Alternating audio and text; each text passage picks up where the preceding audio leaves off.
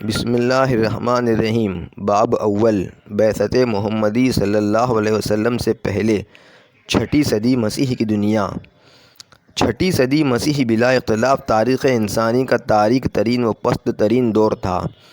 صدیوں سے انسانیت جس پستی و نشیب یعنی پیچھے کی طرف جا رہی تھی، اس کے آخری نقطے کی طرف پہنچ گئی تھی۔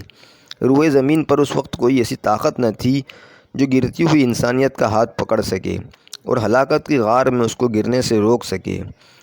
نشیب یعنی پیچھے کی طرف جاتے ہوئے روز بروز اس کی رفتار میں تیزی پیدا ہو رہی تھی۔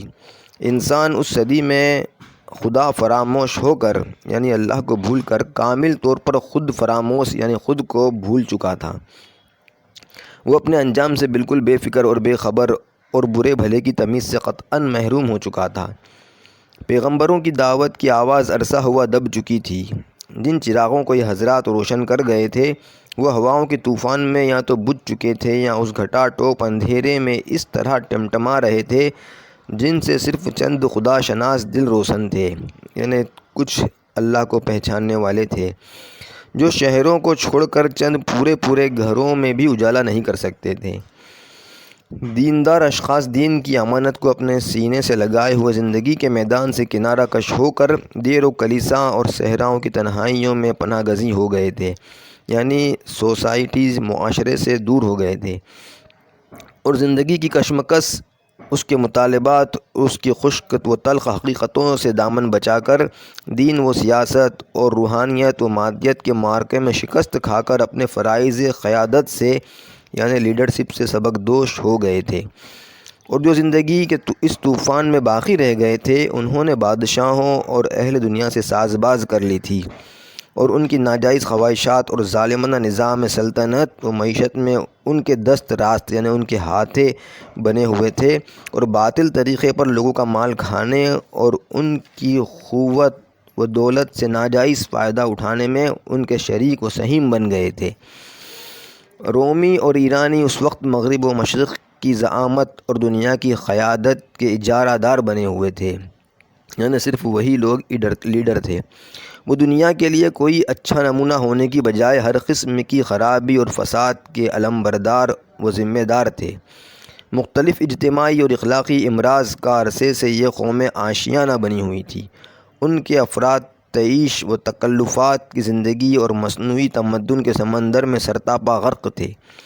بادشاہ اور حکام خواب غفلت میں مدہوش اور نشۂ سلطنت میں سرشار تھے۔ کام و دہن کی لذت اور خواہشات نفس کی تسکین کے سوا ان کو دنیا میں کوئی فکر اور زندگی میں کوئی اور مشغلہ نہ تھا۔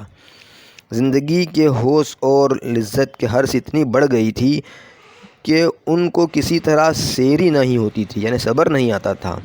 متوسط طبقہ یعنی درمیانی لوگ ہر زمانے کے دستور کے مطابق اس اعلیٰ طبقے کے قدم بقدم چلنے کی کوشش کرتے تھے اور اس کی نقالی کو سب سے بڑا فخر سمجھتے تھے۔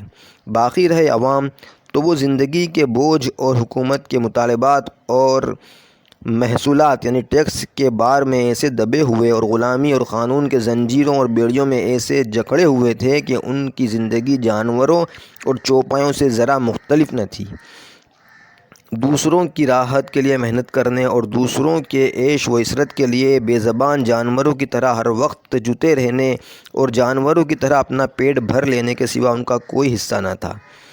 کبھی اگر وہ اس خشک و بے مزہ زندگی اور اس کے یکساں چکر سے اکتا جاتے تو نشہ آور چیزوں اور سستی تفریحات سے اپنا دل بہلا لیتے، اور اگر کبھی زندگی کے اس عذاب سے ان کو سانس لینے کا موقع ملتا تو فاقہ زدہ اور درندہ انسان کی طرح مذہب و اخلاق کی پابندیوں سے آزاد ہو کر حیوانی لذتوں پر آنکھیں بند کر کے گرتے۔ دنیا کے مختلف حصوں اور ملکوں میں ایسی دینی غفلت و خود فراموشی اور اجتماعی بے نظمی و انتشار یعنی درہم بھرم تھا اور اخلاقی تنزل و زوال رونما تھا کہ یہ معلوم ہوتا تھا کہ یہ ممالک تنزل و انحطاط اور شر و فساد میں ایک دوسرے سے بازی لے جانا چاہتے ہیں، اور یہ فیصلہ کرنا مشکل ہو جاتا تھا کہ ان میں سے کون سا ملک دوسرے سے بڑھا ہوا ہے۔